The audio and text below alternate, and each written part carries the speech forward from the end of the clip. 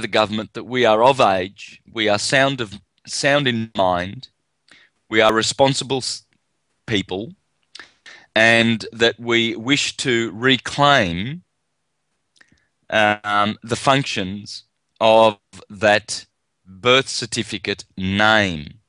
So, in other words, what you're doing is you're presenting yourself as a flesh-blood person, and that you are going to be the beneficiary of that name. So there's a few different avenues of approaching this, but certainly the system that we live under is a system of slavery and not of freedom. So people who think that they are free are deluded and do not understand the true nature of the system that they live under. Santos, okay, so let me understand this. You and I are human beings, right? So it is in our natural state, let's just say, we are free, correct? We have legal rights. I'm talking about as a human, breathing human being. But the person that they've created, this fictitious me or you, is part of the judiciary system, part of the legal system, and they don't have rights. They have what? Privileges? Is that correct? Am I understanding you right? Yeah. Yeah. Privileges, services, and benefits. And in order to have those privileges, you have the birth certificate or the citizenship. That's the contract that binds us to that person, that corporate person. Yeah.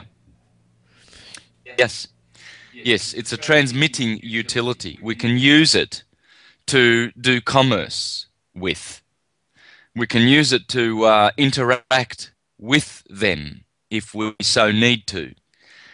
So there are benefits. Yeah, they are benefits, but the benefits usually stack up to their advantage, and of course they make use of those benefits.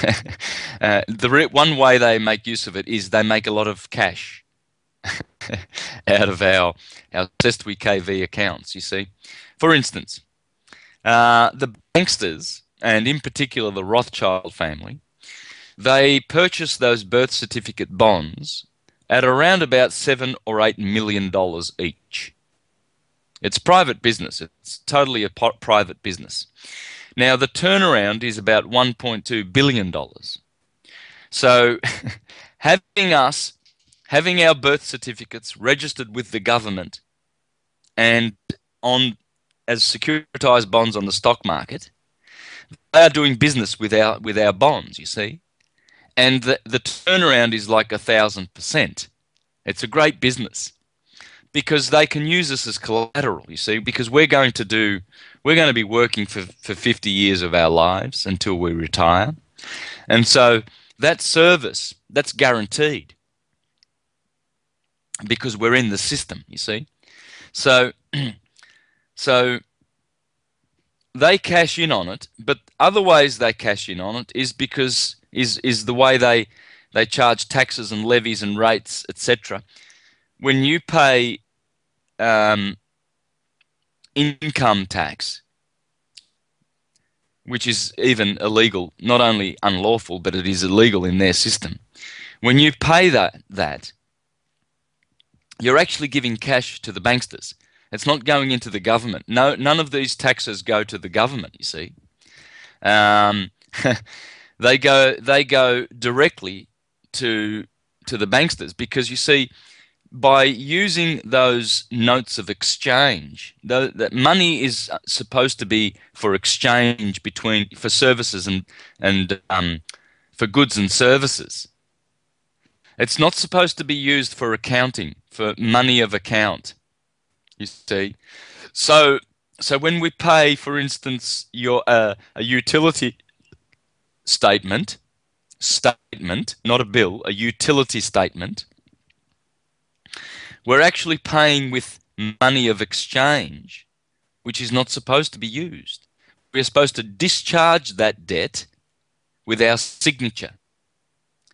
Because, you see, because everything is prepaid in this system. So they send you an electricity bill to tell you how much you've used.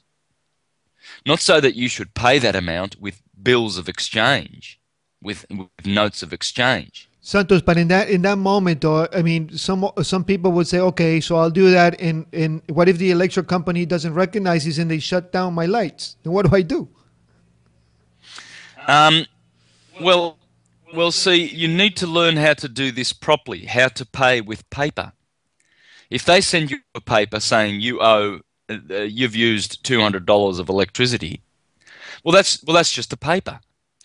By giving them money, you're actually they are pocketing a double amount of money because they have already been paid. That's why they send you a statement. You see, so you're actually paying them, they are pocketing that money, and in so doing, you increase the national debt. That's why the national debt never goes away. It actually increases every